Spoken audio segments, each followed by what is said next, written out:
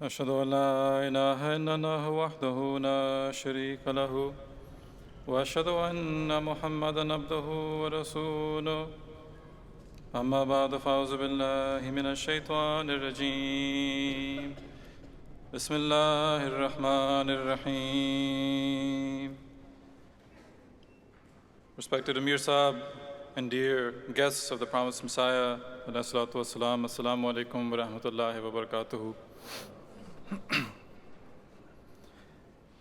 Hazrat Muslim Maud Raziyallahu anhu, the second Khalifa, once describing the need for Khilafat and what it means for our development, gave the example of rain. He gave a very beautiful analogy that the majority of earth is water, about 70%. However, he mentions that if it does not rain, then all this water does not really benefit us. If it stops raining all of a sudden, we can't assume that just because we have so much water and oceans, we can just go get the water ourselves and be okay. Despite all of this water around us, if it does not rain, the world will eventually come to a standstill.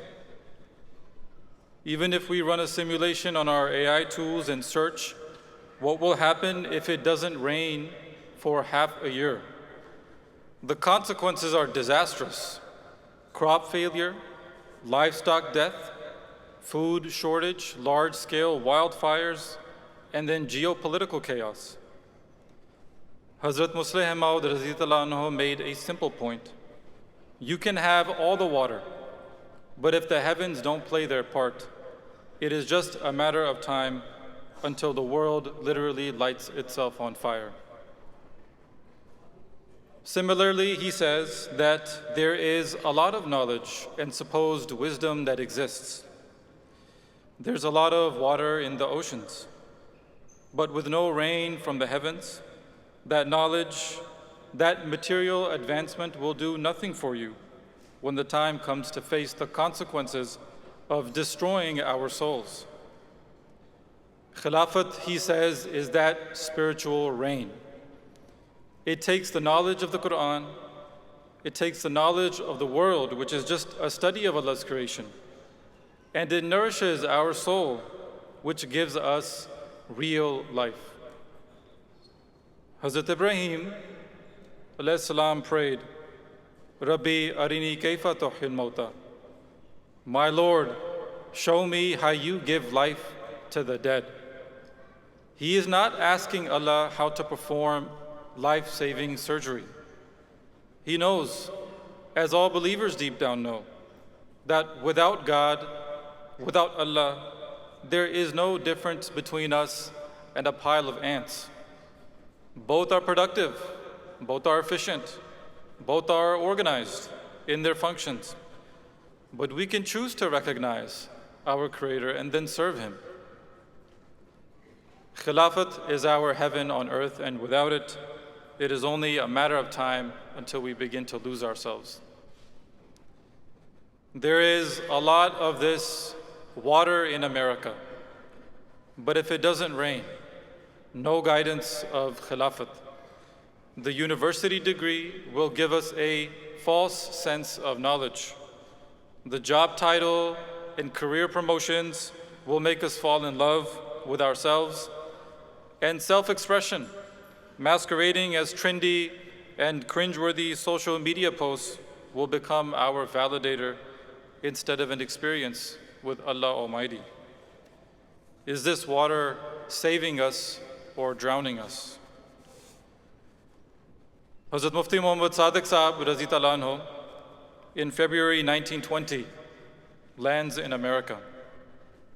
And a year and a few months later, the first issue of the Muslim Sunrise is published, July 1921. And in the beginning is a message of Hazrat Muslim Maud Raziyallahu anhu addressing the Muslims and the new Ahmadis of America. He's just 32 years old at this point. Hazrat Muslim Maud Raziyallahu anhu says, quote, "The pioneers in the colonization of America in the colonization of American land are always looked back with great honor and respect. Their work was temporal, but now, my dear brothers and sisters, Allah the Almighty has made you the pioneers in the spiritual colonization of the Western world. If you will work with the same love, zeal, sincerity, and loyalty as they did, your honor and respect and name will be still greater than theirs. This was Hazrat Musleh Maud Razi Ta'ala Anhu's lofty ambitions. Our Khulafa have had very high expectations of us. We have fallen below them. But where we find sadness in falling below, we see the belief our Khulafa have in our capabilities. Our Khulafa would never guide us towards goals that are unachievable. If they believe in us, then why shouldn't we do the same? Our early converts were passionate, devoted to the Khulafa even without ever seeing them. In fact, when Hazrat Khalifatul Masih Salis, the third Khalifa, Rahmullah alayhi, went back to Pakistan after his visit to America, in his sermon that he gave in Rabba after returning, he remarked, quote, "There, meaning in America, these Ahmadi communities are presenting the true Islamic model. These Ahmadi communities that are presenting the true Islamic model are very beautiful indeed." But Hazrat Khalifatul Masih Saleh says, I am not referring at this moment to those families, and Huzur says, and I feel embarrassed even to say this, who migrated there from here, from India, or from other Asian countries and settled there. Rather, I mean those Ahmadis who are Native Americans, whose families have lived there ever since they were brought from Africa hundreds of years ago. One of our most fundamental struggles is our inferiority complex, a result of the great deception of the Dajjal prophesied by the Holy Prophet sallallahu alaihi wasallam. If we don't have confidence in our identity, there will be one provided for us. It is tough to take a stand for our values, even in personal capacity, when no one is watching. We justify with, it's okay, no one is getting hurt. But this is like getting all 70s on your report card and saying, well, at least I'm not failing anything. We stretch this for years. Another Halloween celebration that turns into total cultural westernization. Another supposed just friends relationship that turns into a marriage outside the community that is then reasoned as diversity. Another Muslim who we don't tell that we are an Ahmadi just to save face. The audience, none of the above are hypotheticals. These are past and present real cases. We can say that at least it's a minority maybe, but as Hazrat Musleh Maud Razi Ta'ala Anhu says, that the loss of one is greater than the gain of 99.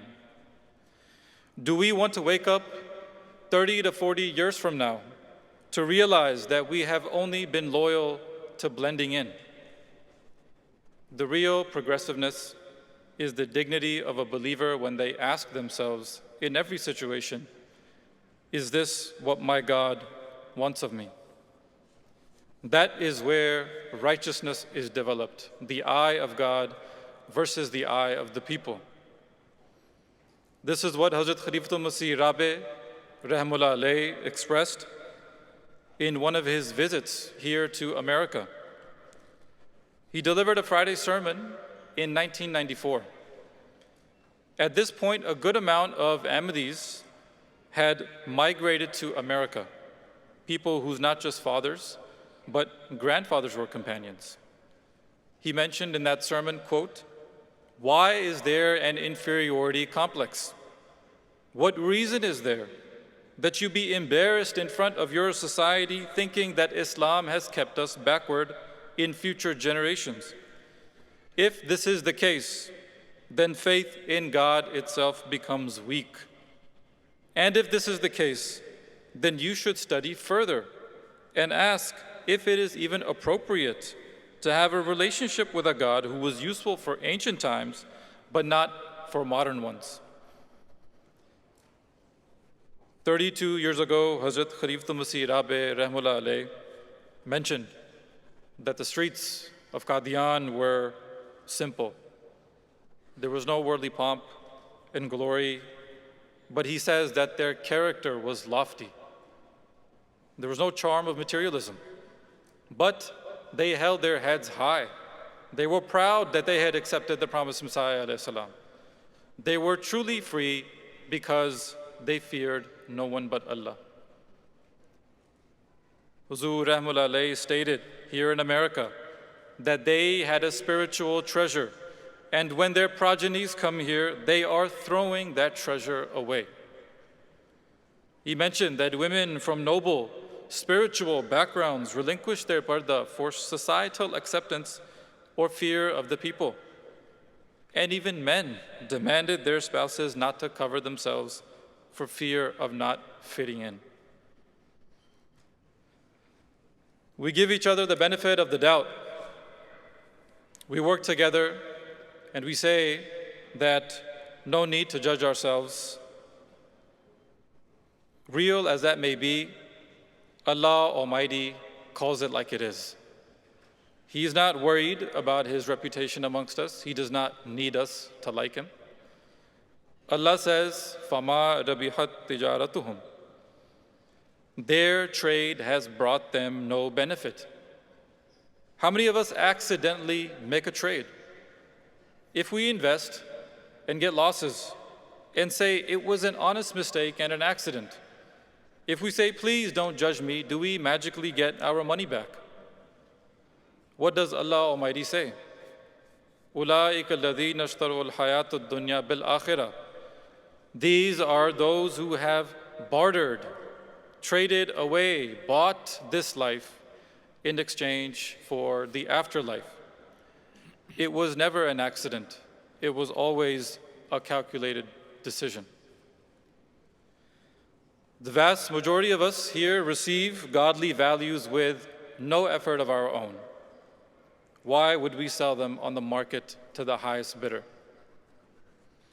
We find validation in the fact that we had someone prominent in our family lineage. It feels good to not try to create respect of our own when why not have your grandfather do it for you?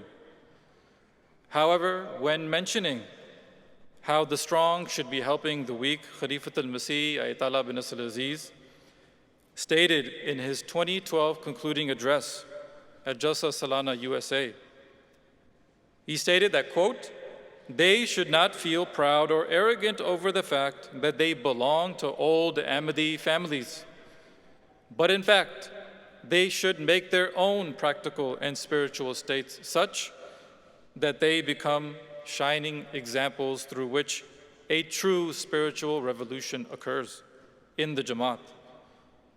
Khalifa-e-Masih Ayatollah bin Nasr al-Aziz stated, and seeing such high standards also can cause a revolution in the wider society, across the nation, and indeed around the world.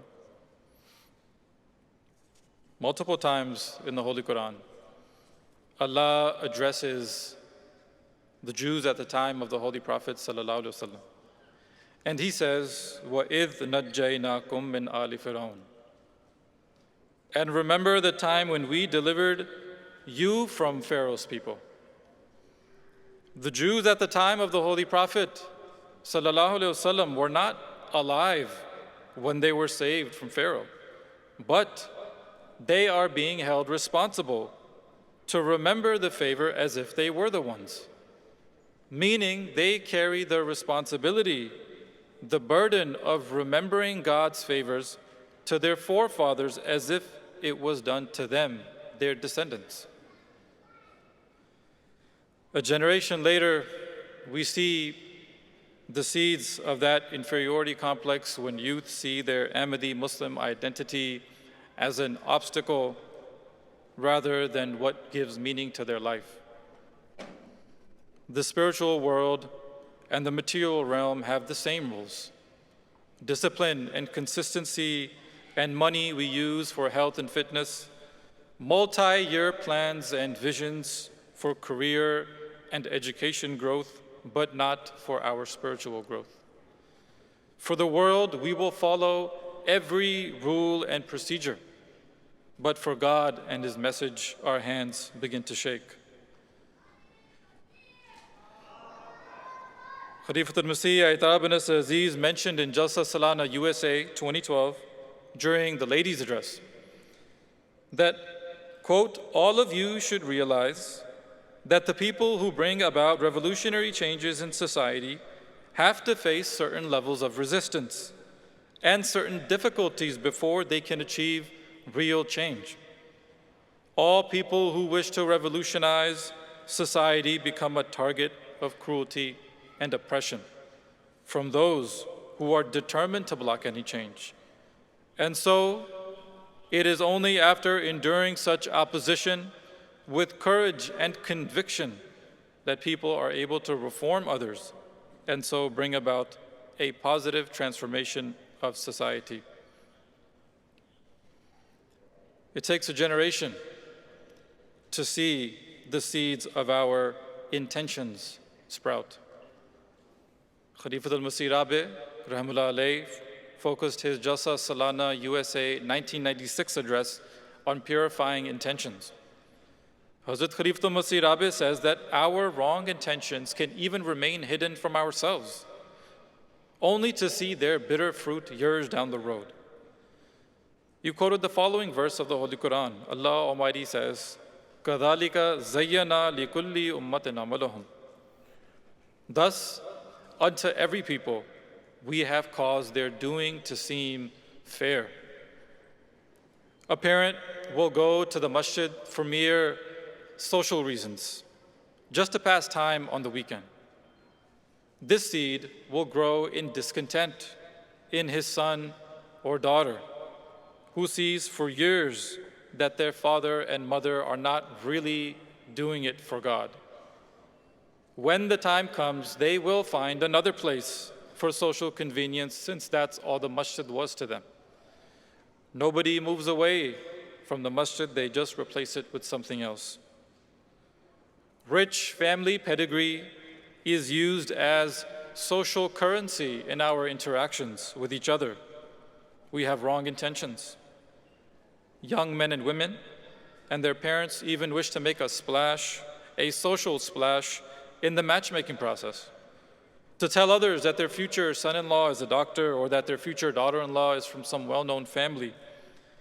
Instead of wanting to protect our souls, we are willing to expose ourselves in exchange for a few days of social buzz. Khalifatul Masih Rabi mentioned here in America in 1996 that wrong intentions are the poison at the root of failing human relationships. Sadly enough, we have data now to show the bitter fruit of wrong intentions. It is well nigh that we begin to plant the right seeds. This land saw the fulfillment of a grand sign of the truthfulness of the promised Messiah alayhi salam. Alexander Dowie dared to raise a finger at the Holy Prophet sallallahu alaihi wasallam and the promised Messiah alayhi salam. And on this land, Allah showed His righteous jealousy. Here, the first missionary that was sent to it to preach the message of Islam, Ahmadiyyat, was actually a companion of the promised Messiah alayhi salam. He had seen him with his own eyes, and he told people here that the Messiah has arrived and many believed. Huzur in his address at Jalsa Salana USA 2012 says that Allah has cast a special glance towards the land of America, and it is because of these two things. But the Achilles heel for us in America, the love of this world versus the love of Allah. The production capacity of America can turn us into soulless machines. Allah says in the Quran, أَتَعْبُدُونَ مَا تَنْحِتُونَ. Do you worship that which you yourselves have carved out?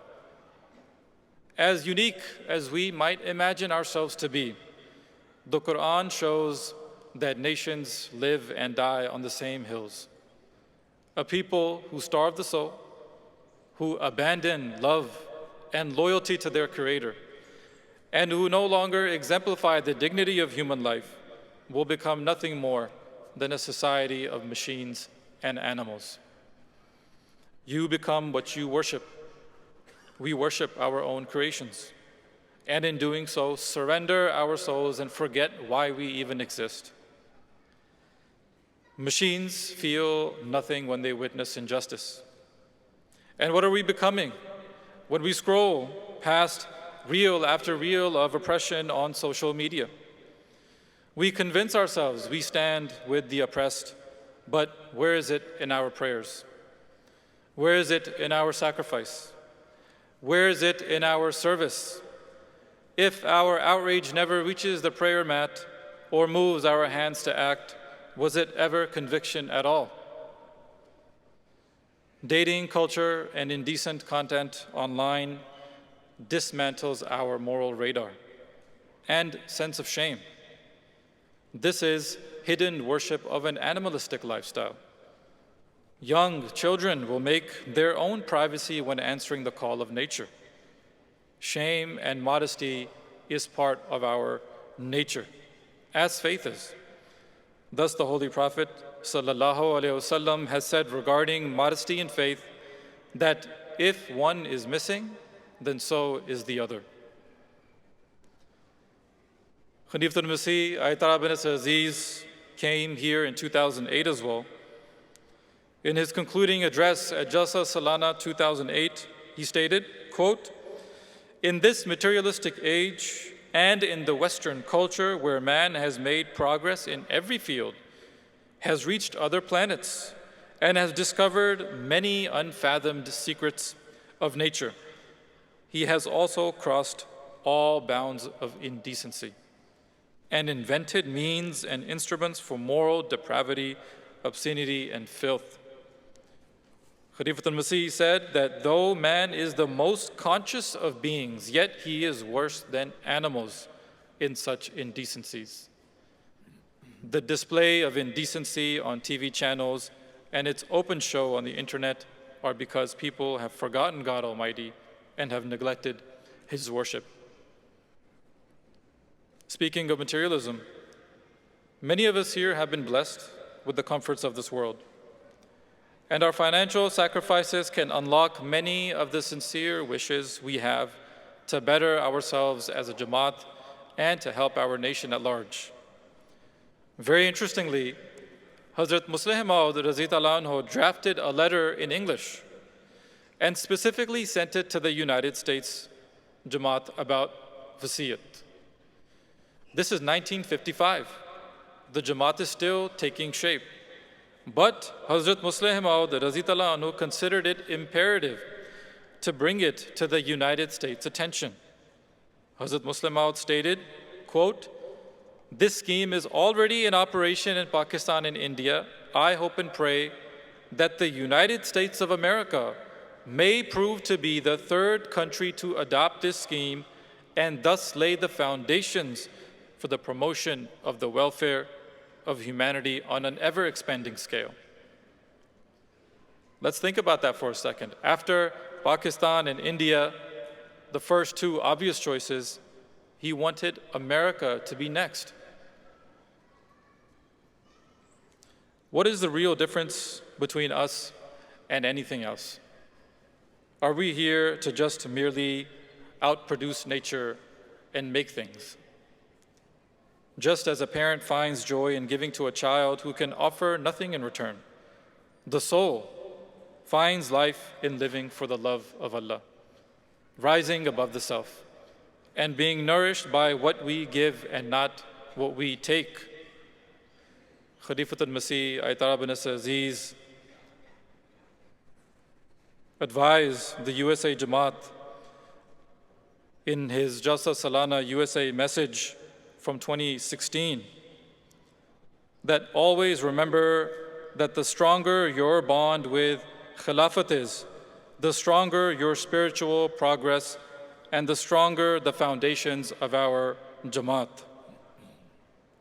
Khilafat and spiritual progress are one and the same. Once again, for every other goal in life, we will find an influencer and mentor. But for our soul and spirituality, who are we going to hold on to? Khalifatul Masih Ayatollah bin Aziz reminded us about binding ourselves to Khilafat in his 2018 and 2019 messages to Jalsa Salana, and this year as well. Respected audience, these messages of our Khulafa that are sent every year and read out at the beginning of Jalsa Salana, these are not fillers to pass time, God forbid. They are not mere formality. We believe the Khalifa to be chosen by God. These messages are particular and pointed.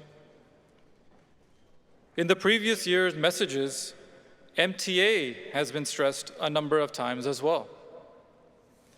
In his 2018 Jalsa Salana USA message, Khalifatul Masih Ayatollah bin Aziz stated that, quote, "One matter which has come to my knowledge is that in America, it is not a regular habit in households to watch MTA. People do watch it individually on their iPhones or iPads or other media. But, Khalifatul Masih says, there is no inclination for families to sit together and watch MTA collectively at home. If the timing is such that my Friday sermon is being transmitted while you are traveling, or you are at your office or work or college, then the next day when my sermon is repeated, the whole family should sit and listen to it together." Zuhr even says, indeed, in your homes, the TV should be switched on and tuned into MTA so that whether you are sitting or walking around, the voice of MTA can be listened to and is constantly reaching you.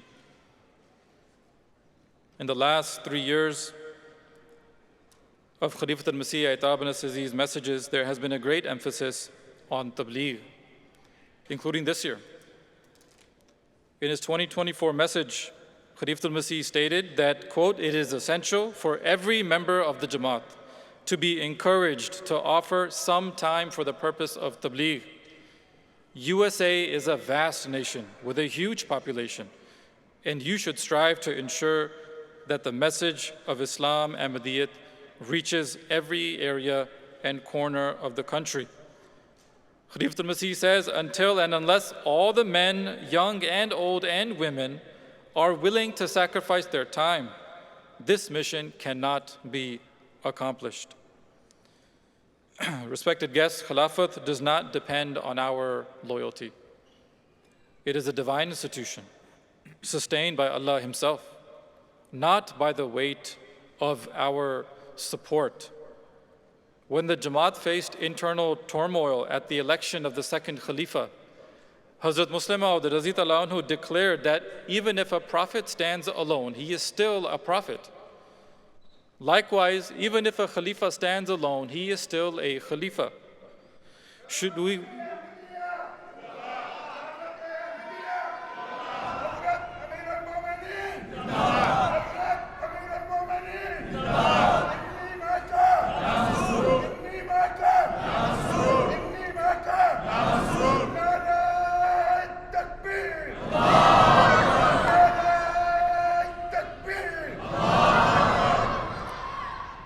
Should we wake up tomorrow and find that not one amongst us has chosen to remain loyal, Khilafat will still stand firm and unshaken and secure in the protection of Allah.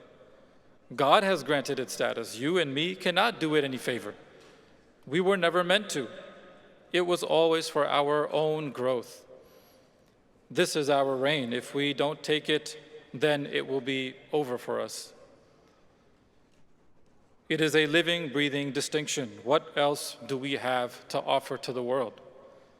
If we prove unworthy of this blessing, Allah will not allow His promise to go unfulfilled. He will raise other nations and peoples who will come forward to take shelter under Khilafat and carry this trust forward. It's very easy to think that if we were in the time of the Holy Prophet sallallahu alaihi wasallam, we would have, of course, joined every single battle.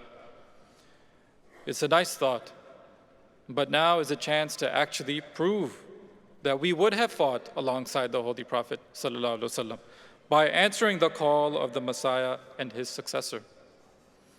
At the end, we will finish with the words that Khalifa-e-Ahmadiyya bin Aziz sent for us at this very Jalsa. Khalifa-e-Ahmadiyya bin Aziz states, quote, "Thus every Ahmadi should be focused and determined to remain faithful, loyal, and obedient to Khilafat, and must continuously elevate their bond of love and sincerity with the Khalifa of the time.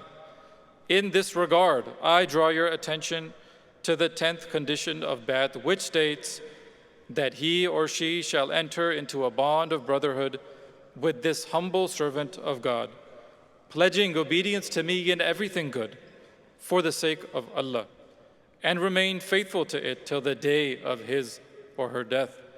And he or she shall exert such a high devotion in the observance of this bond as is not to be found in any other worldly relationship and connections demanding devoted dutifulness." Wa akhir da'wana alhamdulillahi rabbil alamin.